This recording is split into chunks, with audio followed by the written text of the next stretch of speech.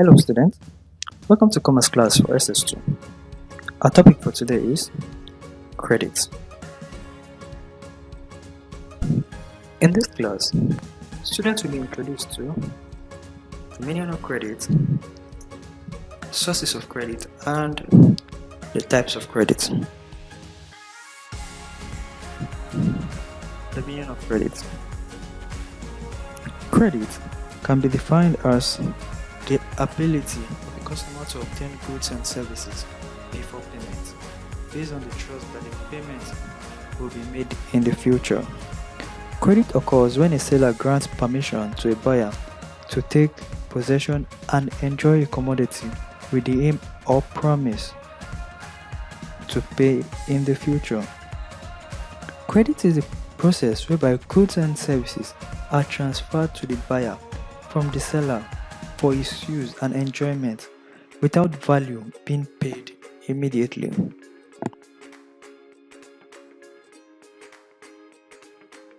So what are the basis of credit? Credit is based on the sources of payments, the income of the buyer, the integrity of the person, the time of payment, and present employment status of the buyer.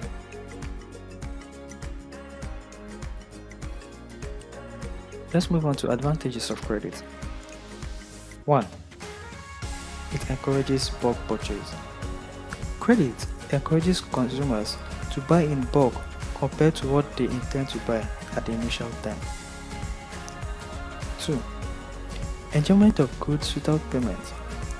Customers can possess and enjoy the goods without immediate payment. 3. Increase in the standard of living. Credit sales can increase the living standard of people, as buyers can buy goods they never thought they could afford to buy. 4. Means of meeting temporary needs for cash.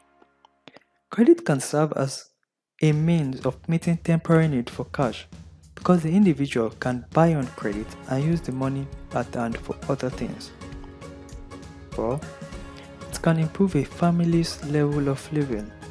For example, most people use credit to buy their homes.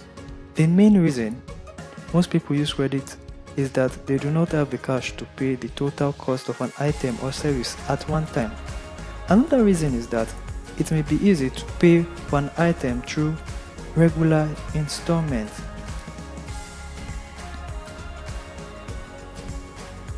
What are the disadvantages of credit? 1. The customers can overbuy. The customers can be tempted to buy more than what they intend to buy because of credit sales. 2. Increase in price.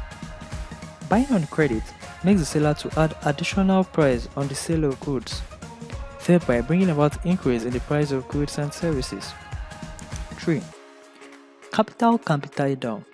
In the process of selling on credit, the capital of the seller can be tied down in the hands of customers, which can eventually bring the business to a close.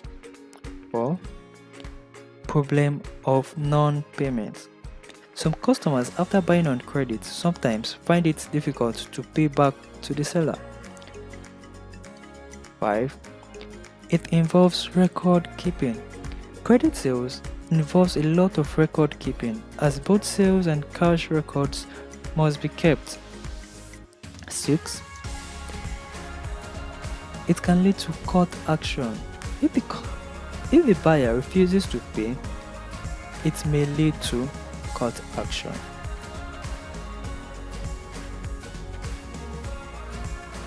Let's move on to types of credit sales. We have different types of credit sales, which include 1. Hire purchase. Hire purchase can be defined as the system whereby the buyer or hirer has possession and the use of the goods, while the owner retains the ownership of the goods until the final payment is made. Hire purchase is a means of paying for goods through installment. So, what are the features of hire purchase? We have 1. Hire purchase attracts higher prices. 2. Hire purchase is good for durable goods like motor vehicle, machines, motorcycle, etc. Hire purchase must be documented. Therefore, the cash price and the higher purchase price must be stated to avoid problems. 6. The seller has the right to claim the goods if the buyer refuses to pay. 7. The goods will continue to be under hire and will not belong to the buyer until after the final installment is made. Advantages of hire purchase to the seller. We have 1. Hire purchase increases the rate of turnover. 2. Profit will increase as prices of goods increases. 3. Hire purchase facilitates the promotion of durable goods. Lastly, for this class, hire purchase leads to large scale of production.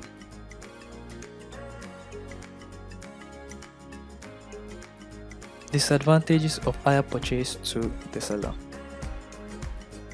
Hire purchase can lead to court action. 2. Goods repossessed becomes difficult to sell. 3. A lot of capital can be tied down. And customers may fail to pay, and this can lead to bad debt. The next type of credit sales we're looking at is mortgage. Mortgage is a system of credit in which building societies or mortgage banks assist people to buy landed properties or houses by lending them a portion of the purchase money. Now, features of mortgage bank. 1. The building of property will be used as collateral security. 2. Interest will be paid to the mortgagor, that is the borrower. 3. The lender is called the mortgagee.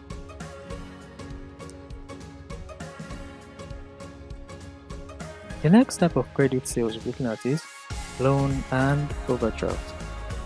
Loan is a sum of money borrowed by individuals, firms and governments from financial institutions or individuals for a particular period at an agreed rate of interest, while overdraft is a form of credit provided by banks in which a customer is allowed to withdraw over and above the money in his account. The next type of credit sales we'll be looking at is book me down. This is a means whereby the customers will purchase goods on credit and write down their names. 12. Budget accounts. A budget account is a system of accounts operated by departmental stores where a customer agrees to pay a certain sum per month, which enables credit up to 8 times than the amount to be obtained. So let's look at the features of budget account. 1. Budget account is common in advanced countries. 2. Choice of goods will be restricted to a particular shop. 3. It is common among high income earners. Let's move on to conditional credit sales. This is an agreement for the sale of goods and not an hire, in which the title to the goods do not pass completely until all instrumental payments have been made. We have trading check or voucher. This is a system of credit that entails a voucher being issued by a club which is formed to enable its members buy from specific local shops in the locality. And lastly, we're looking at deferred payments.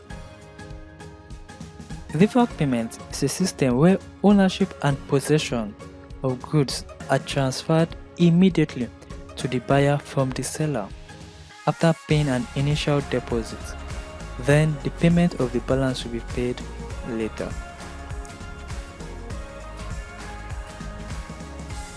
Similarities between hire purchase and deferred payment.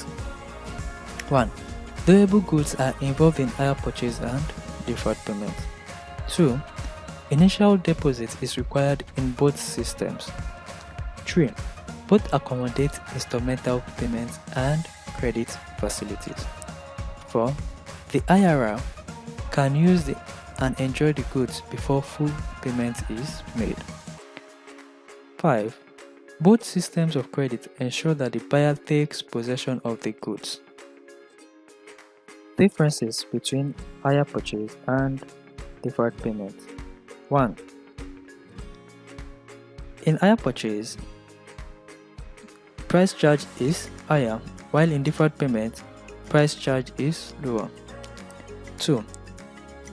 In hire purchase, goods are on hire, while in deferred payment, goods are sold. 3. Under hire purchase favors the seller, while deferred payment favors the buyer. 4. In hire purchase, on default, sellers can repossess the goods, while under deferred payment, seller cannot repossess the goods. 5. Lastly, in hire purchase, durable goods are involved, while in deferred payment, less durable goods are involved.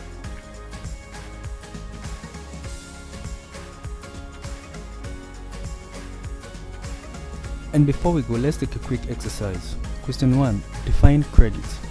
Question 2. Explain the advantages and disadvantages of credit sale. Question 3. Differentiate between deferred payments and hire purchase. Question 4. What are the similarities between hire purchase and deferred payments? Question 5. List and explain various types of credit sales. And question 6. What is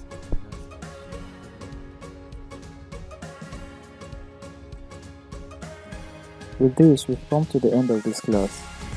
In our next class, we'll be looking at functions of credit. Thank you for watching.